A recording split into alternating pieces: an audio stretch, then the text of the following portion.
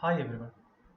Today we are going to discuss about constant area flux control of motor or induction motor drive. So first of all, what is the constant area flux control and how we are obtaining that? For obtaining the constant area flux control, we resolve the induction motor into equivalent separately excited DC motor, so that in the separately excited DC motor, if you kept the flux constant, then by changing the current, you are changing the speed. You are changing the armature current, you are changing the speed. So how we can implement that into the induction motor? So this resolving of induction motor into equivalent separately excited DC motor, it is done in terms of speed of response of the system. How your drive is behaving in terms of speed, in terms of speed, and that we are considering for solving the motor into equivalent separately excited DC motor.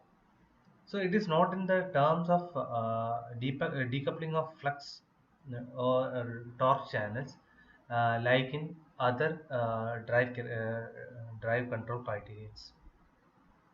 So first of all, for this thing, basic thing I'm going to tell lambda m. Lambda m, that means your constant air gap flux linkage. This you can represent in terms of Lm into Im.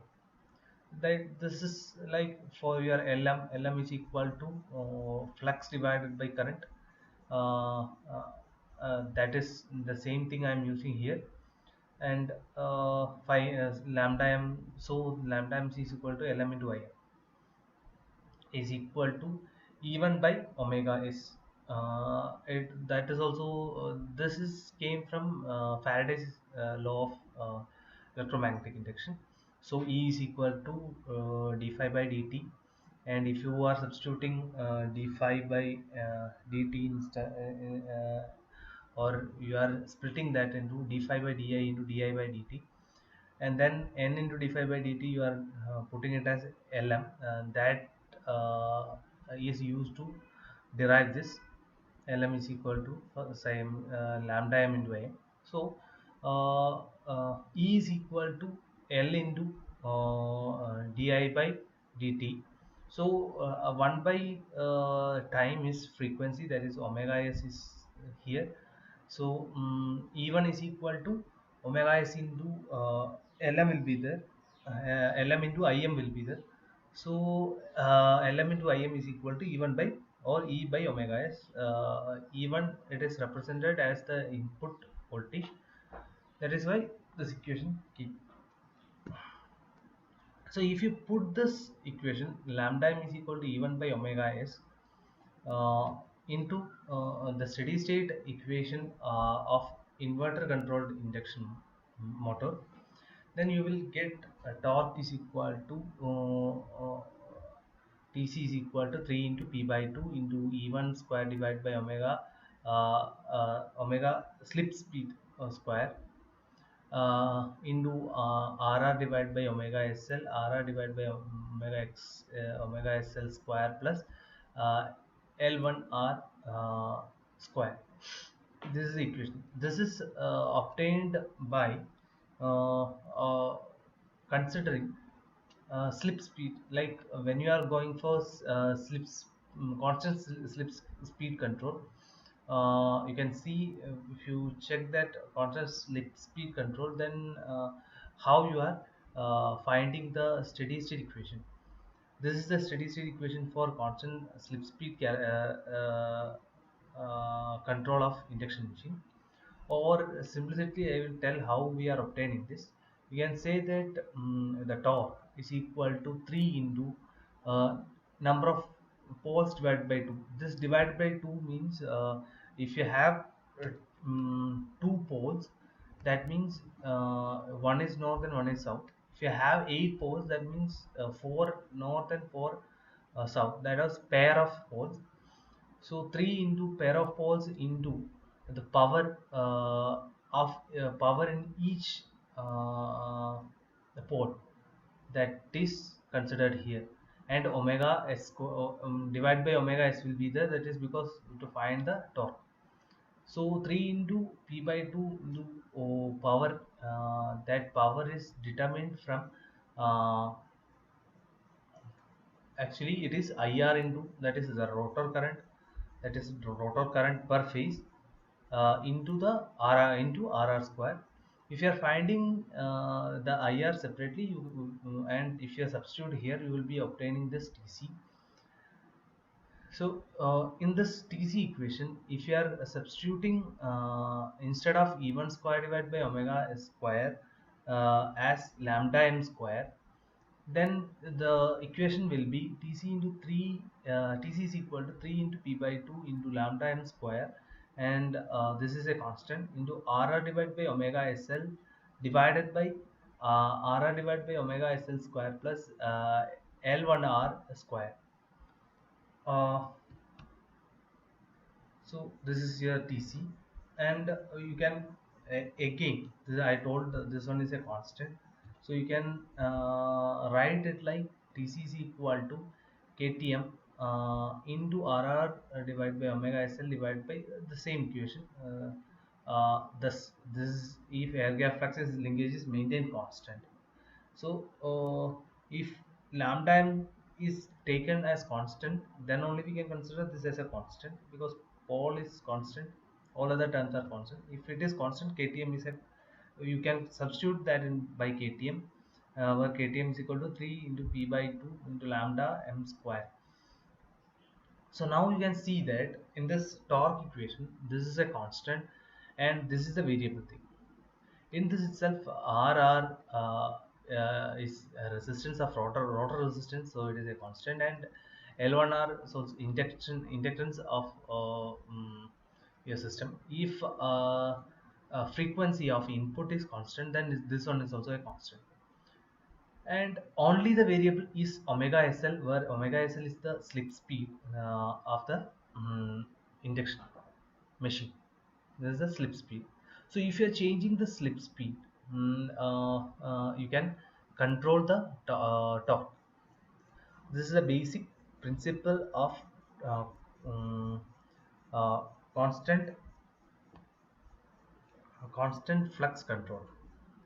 Here you can see flux is constant, that is why this is called as constant flux control. Here actually the control is obtained by controlling omega SL or your torque. If you are increasing the load torque, then according to that omega SL will vary, or we can say that if you are changing the omega SL, according to that your motor torque will vary. uh, and when you are going for that uh, uh, your system, or steady state response, you have studied like when your torque is increased, then the motor speed will increase, and it will come to another steady state point. So that thing, this is the basic principle of constant torque speed characters, sorry, flux constant flux the system, constant flux induction motor drive. uh, so what is the advantage of this? You can see here the air gap flux is constant. Mm, so if your air gap flux is constant, then your machine will be much dynamically responsive. If you are changing omega SL, so the speed change you can observe at a you can observe it very fast. That is what we are meant by the dynamic response. It is having a good dynamic response, and this is this you can use in very dynamic applications, like where you want sudden variations in your speed. If you are regulating your air gap flux accurately, uh, you can see the torque is not a linear function of slip speed. It is not a linear relation here. So Rr divided by omega SL divided by Rr square by omega SL all square plus L into sorry, L LR the whole square, or L1R square. This is not a linear relationship. So if you want to get an accurate control, that should be obtained with that much of good calculation, or you can say that for that the system what you are designing, it should be programmed properly uh, for the accurate dynamic response. So one more thing it is, the router resistance RR. RR is also, you cannot say that it is a constant one. If your system is running, then heat will be produced. According to the heat, it will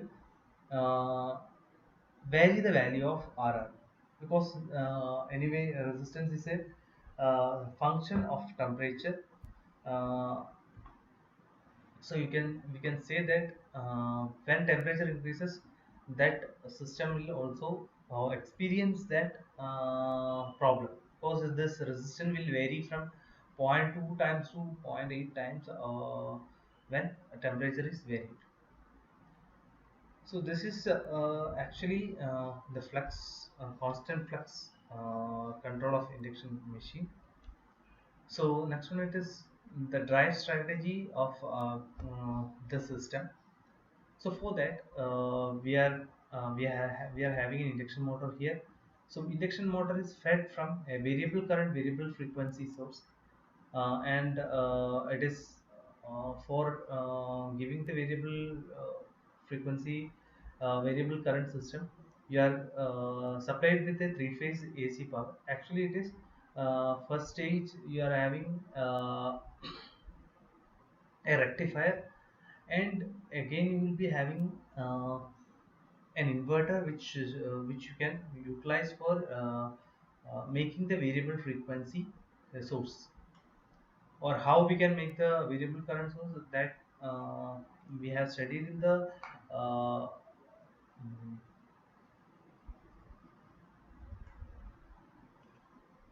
previous sections, like induction motor control uh, using CSI, current source inverter. There you can vary the value of current, and also you can vary the frequency value. So here, what we are sensing? Actually, we are sensing the phase currents, and also the speed of induction motor. This is fed to a compared or addition block. Here, omega r and omega r star. By taking the difference, you will be getting the error.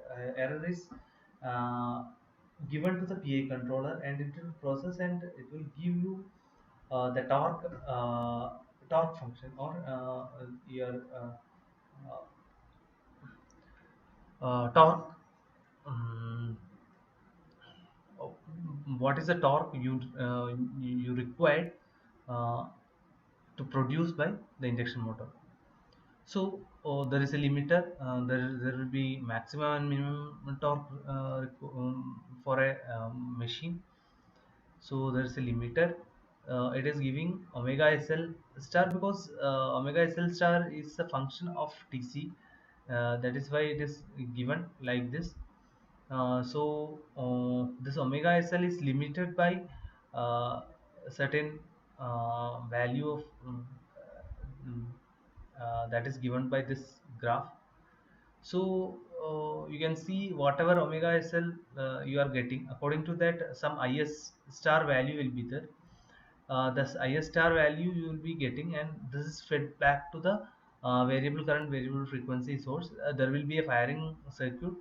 This firing circuit will be triggered with this IS star value, and here all this, like the variable firing uh, will be depending upon IS star, IC and IP, and also the frequency required, because you are going to control the system with constant flux. So you need to make it, if you want to make it constant flux, so you have to control both frequency and current, or you can say that actually you have to control the frequency and EMF, that you can control by the current IS star. Okay, this is the drive strategy of constant air gap flux control, controlled injection motor drive. Thank you.